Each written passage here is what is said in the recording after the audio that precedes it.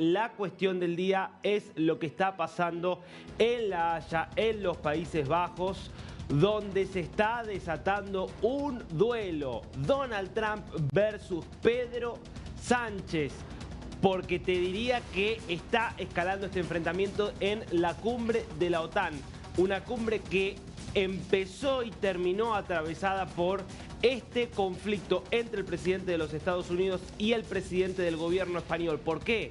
Porque más allá de Oriente Medio, te voy a contar ahora las novedades que hay respecto de la ofensiva entre Israel e Irán, de lo que dejaron esos 12 días, de si se terminó o no el conflicto, de si se destruyó por completo o no el programa nuclear iraní, porque eso es parte de la discusión. Te voy a contar también aquí lo que está pasando en Ucrania, que también estuvo en el debate en esta cumbre de los 32 países de la OTAN. Pero el tema central, la razón por la que esta cumbre es histórica, es porque Trump llegaba con la intención de que todos los países suban el gasto en defensa al 5% del PBI en los próximos años, multiplicando los niveles actuales. Sánchez, el único detractor de este programa y el único que consiguió que la OTAN le permitiera no mantenerse, no llegar a ese nivel y quedarse en un 2% de gasto en términos del PBI. Esto provocó la furia del presidente de los Estados Unidos, que así amenazaba al presidente del gobierno. Oh, I think Spain's terrible what they've done. No, I do. They're the only country that won't pay the full up. They want to stay at 2%. I think it's terrible. And, you know, they're doing very well. The economy is very well. And that economy could be blown right out of the water with something bad happening. You know, Spain is the only country that... Are you from Spain? Yeah. Good, congratulations. You're the only country that is not paying. I don't know what the problem is. I think it's too bad. So we'll make it up. You know what we're going to do? We're negotiating with Spain on a trade deal. We're going to make them pay twice as much. And I'm actually serious about that. We're going to make Spain... I like Spain. I have so many people from Spain that it's a great place and they're great people. But Spain is the only country out of all of the countries that refuses to pay. And, you know, so they want a little bit of a free ride. But they'll have to pay it back to us on trade because I'm not going to let that happen. It's unfair. It's unfair.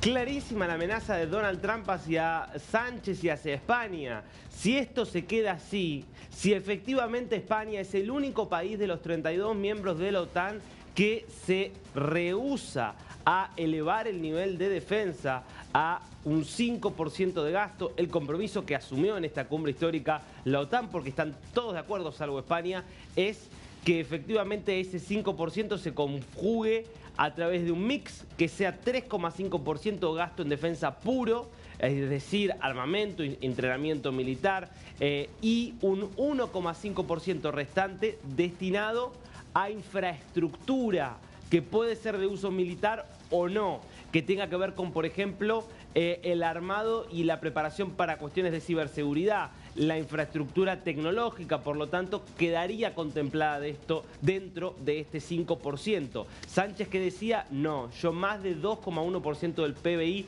no estoy dispuesto a gastar. Actualmente España está gastando poco más de 1% del PBI. Es el país que menos gasta en toda la OTAN en términos de defensa. ¿Y qué le decía Trump? Bueno, lo de Sánchez es una avivada, palabras más, palabras menos. Él quiere un free ride, fue la expresión que utilizó en inglés. ¿Qué sería? Saltarse el molinete, viajar gratis en el tren. ¿Por qué? Y es muy sencillo. Hasta la llegada de Donald Trump, lo que hicieron muchos países de la OTAN era algo claro. Como la alianza establece que si uno es atacado, los demás tienen que defenderlos, y la alianza cuenta con el ejército más poderoso del mundo, que es el de Estados Unidos, lo que muchos países han hecho a lo largo del tiempo es decir, bueno, ¿para qué voy a invertir en defensa si yo sé que si alguien me ataca tengo a Estados Unidos detrás? Con lo cual, de alguna manera, todos vivían de Estados Unidos. Trump ha dicho, eso se terminó. Todos van a tener que gastar, si no, nosotros no vamos a cumplir lo establecido en el pacto de la OTAN. Y como ahora es solo España el que se niega, lo que le acaba de decir Trump a Sánchez es, está bien, vos querés pagar solo el 2% y no el 5%, perfecto, nos lo vas a tener que devolver en comercio, con lo cual Trump está amenazando con medidas comerciales en contra de España para hacerle pagar el precio de esta, insisto, avivada que quiere hacer el presidente del gobierno español, que por cierto, vamos a hablar en el programa de hoy del tremendo frente interno que tiene en su país a partir de la multiplicación de escándalos de corrupción con nuevos hechos que se han sumado en las últimas horas. Pero recapitulemos lo que antes de Trump decía Sánchez, jactándose muy contento de que había conseguido la autorización para que la OTAN le permitiera, como excepción, quedarse por ahora en una suba llegando hasta el 2% del PBI en términos de gasto militar y no hasta el 5%. Contar con ese compromiso numérico del 2% del PIB. Un volumen de inversión que siempre hemos defendido. Era obligado porque otra administración en el año 2014 asumió ese compromiso en la cumbre de Gales.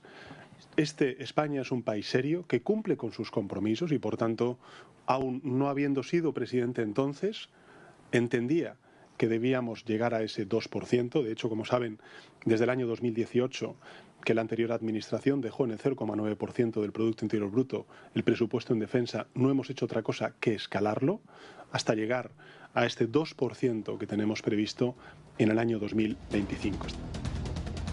Bueno, no sé si se esperaba Sánchez que después fuera con los tapones de punta tan fuerte Donald Trump, que habrá que ver cómo lleva adelante su amenaza contra el gobierno español, que tiene una posición clara. Sánchez tiene toda una idea y toda una política que le viene dando mucho resultado en España, que es básicamente utilizar los recursos públicos con fines populistas, con fines que claramente apuntan a, por un lado, financiar toda la maquinaria del PSOE, una maquinaria que, como sabemos, hoy está severamente en la mira por todas las denuncias de corrupción, por las denuncias de dinero negro, de sobornos a través de contratos con empresas cercanas al poder y cómo esos sobornos eran utilizados, por ejemplo, para pagar prostitutas o, por ejemplo, para hacer distintos tipos de negocios espurios, pero que al mismo tiempo le permiten hoy a Sánchez tener el control absoluto del Partido Socialista después de haber prácticamente expulsado a todos sus críticos.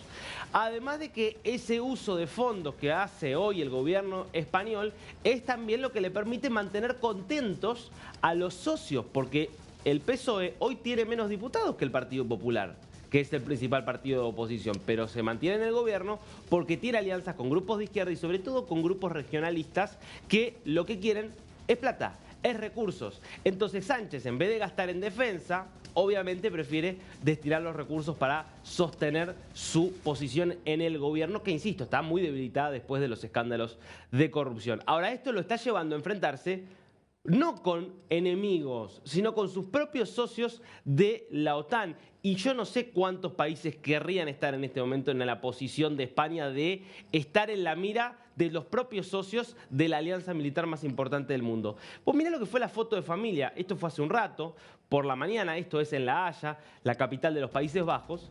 Y vas a ver, mirá a Sánchez ahí a la derecha de todo. Parece realmente casi que como si lo hubieran excluido o él, como si él se hubiera autoexcluido. Está, mira, acá de izquierda a derecha está Mark Carney, a la izquierda de todo, que es el primer ministro canadiense. Lo ves por allí al primer ministro de Albania. Aparece por allí el primer ministro de los Países Bajos, Mark Rutte, que es el secretario general, Trump, Mitsotakis de Grecia, Keir Starmer del Reino Unido. Y a la derecha de todo, al lado de Ulf Kristersson, que es el primer ministro sueco, estaba Sánchez realmente muy distanciado, incluso lejos del primer ministro sueco, que era quien estaba allí. Míralo ahí, Sánchez, mirando casi como si fuera... Ahí la ves a Meloni. Bueno, acá están hablando Rutte, Merz, el canciller alemán, y Trump. Es rara esta imagen, ¿eh? Lo ves ahí a Erdogan, el presidente de Turquía. Es rara realmente esta imagen. Por supuesto, Pedro Sánchez, que puede ser muchas cosas, pero de tonto no tiene un pelo. Sánchez va a tratar de explotar esto políticamente y mostrarse como el líder de izquierda que ha resistido a Donald Trump. De alguna manera que Trump lo suba al ring a Sánchez le eleva un poco la estatura. Entonces le permite también de alguna forma surfear la ola de la crisis política interna que está viviendo en España.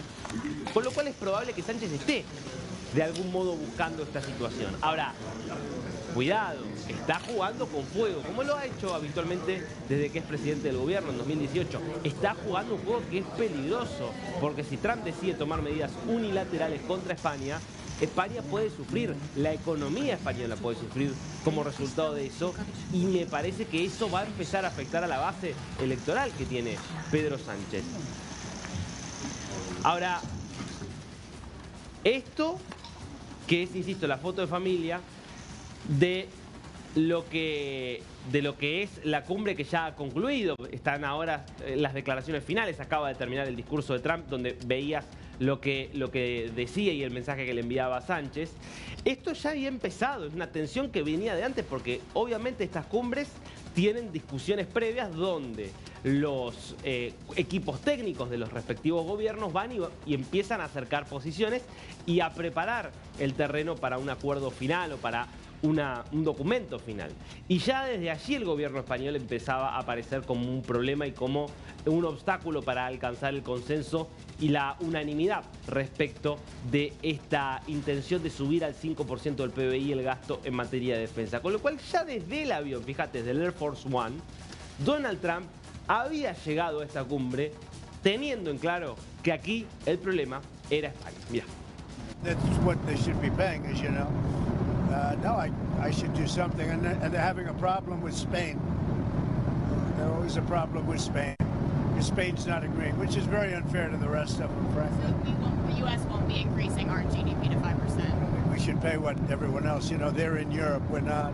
You know, a lot of that money goes to rebuilding their bridges, their roads, so it can take heavy equipment. And, you know, we don't have any roads in Europe, we don't have any bridges in Europe. So, no, it wouldn't be quite the same thing for us. Claro, lo que plantea Trump tiene un punto. Hoy la guerra entre Rusia y Ucrania está centrada en Europa. ¿Por qué entonces debería Estados Unidos gastar más que Europa en materia de defensa si está más expuesto el continente europeo? Es más, los líderes europeos, y lo han planteado a lo largo de esta cumbre, tienen la hipótesis de que hay un riesgo de ataque ruso, habría que ver si esto es creíble, pero digo, es por lo menos la hipótesis que ellos tienen, de que hay un riesgo de ataque ruso sobre Europa entre 3 y 7 años. Es la estimación que tienen, que entre 3 y 7 años puede haber algún ataque ruso, lo que los lleva a reforzar sus defensas. Ahora, lo interesante es que Pedro Sánchez no está en desacuerdo con esto. Pedro Sánchez coincide en las amenazas que enfrenta Europa. Tanto es así que ha viajado a Kiev a manifestarle su apoyo a Volodymyr Zelensky, el presidente ucraniano, que estaba presente también en esta cumbre. Después te cuento algunas de las cosas que viene discutiendo y viene intentando Zelensky sin mucho éxito en estos diálogos con los líderes de Europa y el mundo. Ahora, Sánchez ha manifestado su apoyo a Zelensky y ¿se acuerdan cuando fue el apagón histórico que afectó a toda la península ibérica?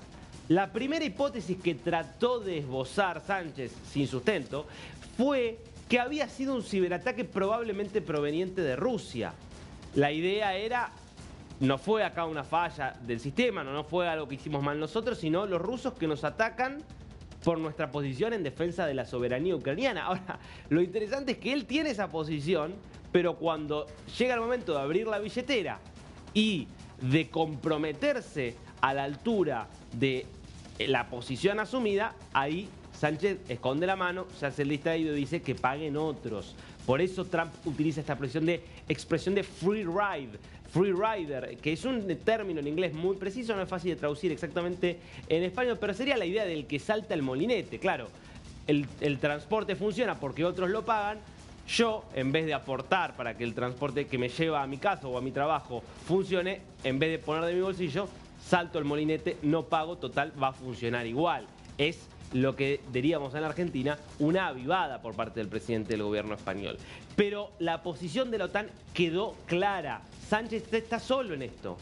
Y quien terminó de darle un impulso muy fuerte a este cambio histórico, es un cambio de paradigma muy fuerte en términos de cuánto gastaba los miembros de la OTAN hace 5 o 10 años en términos de su Producto Bruto y cuánto van a pasar a gastar en los próximos 10 años, que es el plazo establecido para llegar a este 5% del PBI, fue el secretario general Mark Rutte, ex primer ministro de los Países Bajos, y quien, obviamente, como todo secretario general de la OTAN, trata siempre de tener contento al socio más importante, que es Estados Unidos, hoy a cargo de Donald Trump. Escuchá a Mark Rutte dejando en claro que el 5% del PBI llegó para quedarse.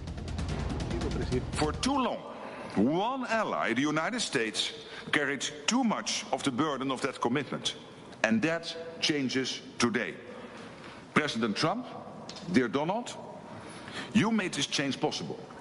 Your leadership on this has already produced $1 trillion in extra spending from European allies since 2016. And the decisions today will produce trillions more for our common defense to make us stronger and fairer by equalizing spending between America and America's allies. Después de el tremendo elogio de Rutte para Trump, obviamente si vos querés ser secretario general de la OTAN te tenés que llevar muy bien con el presidente de Estados Unidos, y Rutte lo está haciendo claramente en ese sentido. Obviamente hay muchos que están burlándose de eso porque dicen, bueno, tampoco te pide tanto Trump para que seas tan, de alguna manera, elogioso de la figura del presidente de Estados Unidos. Pero más allá de eso, vale la pena hacer un paréntesis también en lo que estamos hablando, porque por más que estemos ante esta disputa Sánchez-Trump y que esta disputa muy probablemente termine mal para Pedro Sánchez y lo que termine imponiéndose, y de hecho ya es lo que se ha impuesto en esta cumbre que está llegando a su fin, es la posición de Trump de que todos van a tener que invertir más, es que estamos en una carrera armamentista global. Fíjate que lo que decía allí Rutte, ya se ha comprometido $1 trillón adicionales de gastos, es decir, son de acá a los próximos 10 años un salto en cuanto a lo que el mundo está gastando en materia de defensa, que es extraordinario, y es la comprobación de que la paz en el mundo, la tranquilidad en el mundo, que siempre fue una utopía, hoy está más lejos que nunca. Estamos en un mundo, y esto tenemos que tenerlo claro todos, no importa la región del planeta en la que nos encontremos, estamos en un mundo muchísimo más belicoso que el mundo que habíamos conocido, por lo menos en los 30 años posteriores a la finalización de la Guerra Fría. Es un mundo muchísimo más confrontativo, donde la amenaza de guerra es increíblemente mayor que antes. Y probablemente sea incluso más peligroso que durante la Guerra Fría, porque había cierta equiparación, cierta paridad entre esas dos grandes potencias que eran Estados Unidos y la Unión Soviética. Hoy las amenazas, las acechanzas aparecen muchas veces de distintos lugares al mismo tiempo, y sobre todo de grupos irregulares. Pregúntenle a Israel, sino qué es lo que ha tenido que vivir en los últimos años al propósito de eso.